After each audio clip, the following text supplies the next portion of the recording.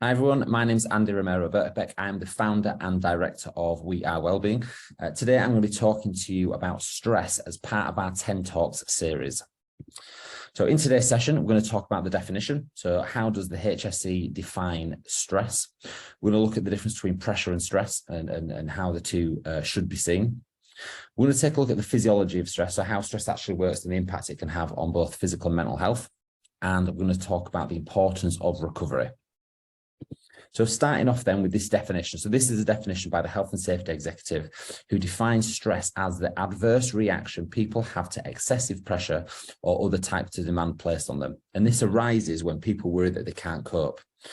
So what this tells me, if I look at this as a statement, is that the adverse reaction people have to excessive pressure. So that kind of tells me that pressure is a good thing. Experiencing pressure, putting ourselves out there, stepping outside of our comfort zone, it allows us to build, it allows us to grow. So whether that's somebody, it's going, put yourself out there for a job and you go for a job interview, you're putting yourself under pressure, but good things can come of it.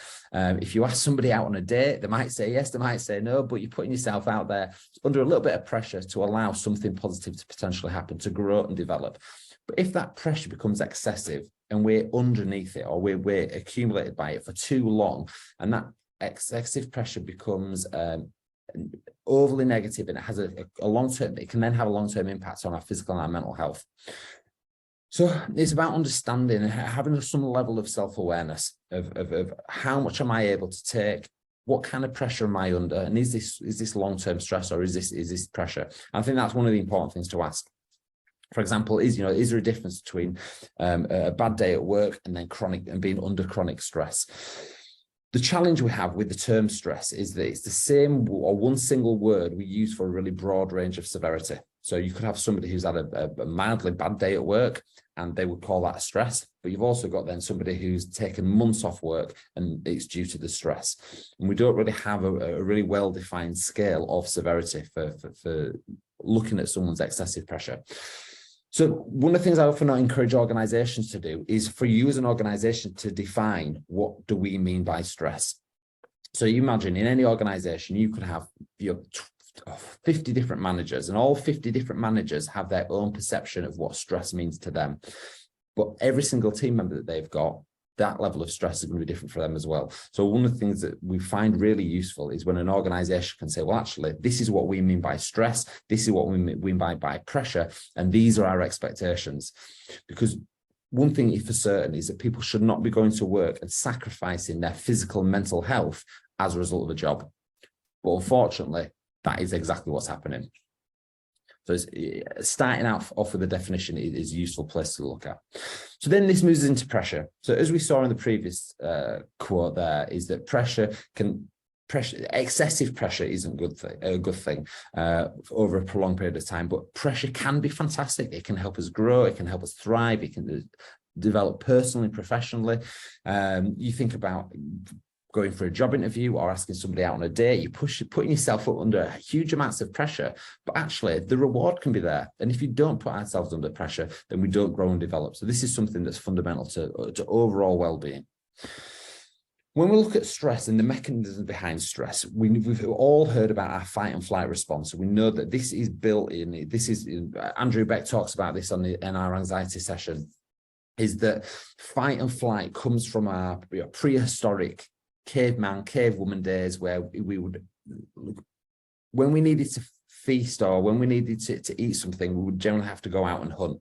And this is where we put ourselves in this kill or be killed situation. So our bodies then create these levels of adrenaline, our cortisol levels, our stress hormone levels start to rise. We get an increase in heart rate, in blood pressure, in respiratory. All of these things happen to allow us to fight or flight, to help ourselves in a dangerous situation. Now, historically, our normal state of being would have been in this state of rest and digest. So we would be relaxed, we would be recovered. And then when we needed to fight and flight, we would jump into this state of arousal, we would act. And then once we're out of danger, we would then revert back to this state of rest and digest. And that's fine for big stresses. And, if a modern day version of that would be if you were crossing a road and a car was hurtling towards you, you would panic and you think, well, actually, I need to get out of the way of the car. So you do that little run and get back over to the pavement. Unfortunately, when we run sessions, and we run sessions every single day on stress, is that these, people aren't worried about life or death situations now. People are worried about the cost of living. People are constantly worried about maybe things like ill health and COVID and money and the state of the economy and conflict that's happening in and around the world, and all these micro stresses. And the problem with all these micro stresses is they're not disappearing. So unlike the tiger or the wolf or something that was there providing imminent danger, we're not experiencing that. What we're experiencing is these, I always liken it to a woodpecker. So a woodpecker sitting on your shoulders, tapping you on the back of the head all day long, and these constant reminders of feeling overwhelmed. And the challenge is that we don't end up recovering. We don't end up going back to this state of rest and digest and having a good level of recovery. We stay in this state of fight and flight and freeze for too long. And that brings it a whole range of different problems. So if you think about things like heart rate and blood pressure, well, the concern with having a high heart rate and a high blood pressure for an extended period of time is it massively increases your likelihood of cardiovascular disease. And cardiovascular disease accounts for about 1/4 of all deaths in the UK. So we've got to think about how many of those could be attributed to chronic stress. And you think about cortisol. Cortisol is a steroid hormone. And hormones regulate everything in the body, from your mood, your personal psychology, your appetite, your weight, libido, menstrual cycles. All of these things are regulated by hormones. Now, if one of those hormones gets knocked out of sync, it can have a domino effect on all the other hormones.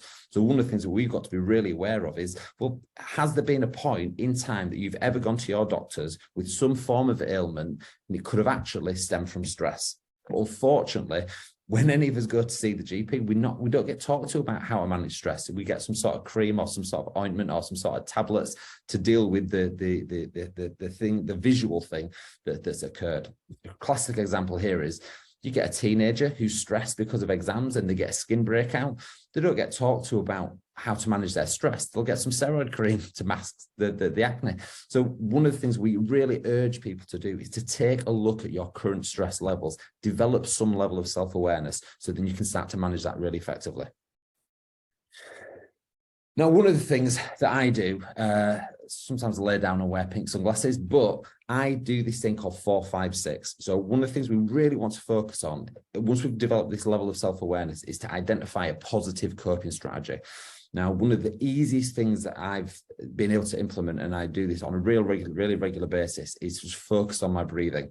So you can call this a vagal nerve exercise or a parasympathetic exercise, something that's going to stimulate that rest and digest part of the nervous system. And all I do is I inhale for 4 seconds. I will hold my breath for 5 seconds and I will exhale for 6 seconds. While I'm holding my breath for those 5 seconds, I will also think about my heart rate. I won't count it. I'll just think about how it feels. How fast is it? How strong is the beats? And then what I will do is I will repeat it 3 or 4 times over. And while I'm inhaling for 4, holding for 5 and thinking about my heart rate, then exhaling for 6, what I'm not doing is thinking about the thing that got me stressed. So that, for me, is what I classify as a positive coping strategy, something that I can implement every day, multiple times a day, and have a really good benefit from. So this hopefully gives you a bit of a taster of some of the things that we talk about. Hopefully that gives you a bit of an insight into the stress response. If anybody has any questions, obviously reach out to us, get in touch. Hopefully found that useful, and hopefully found the rest of the series useful as well. Okay, have a great day, and I'm sure I will see you all soon. Take care.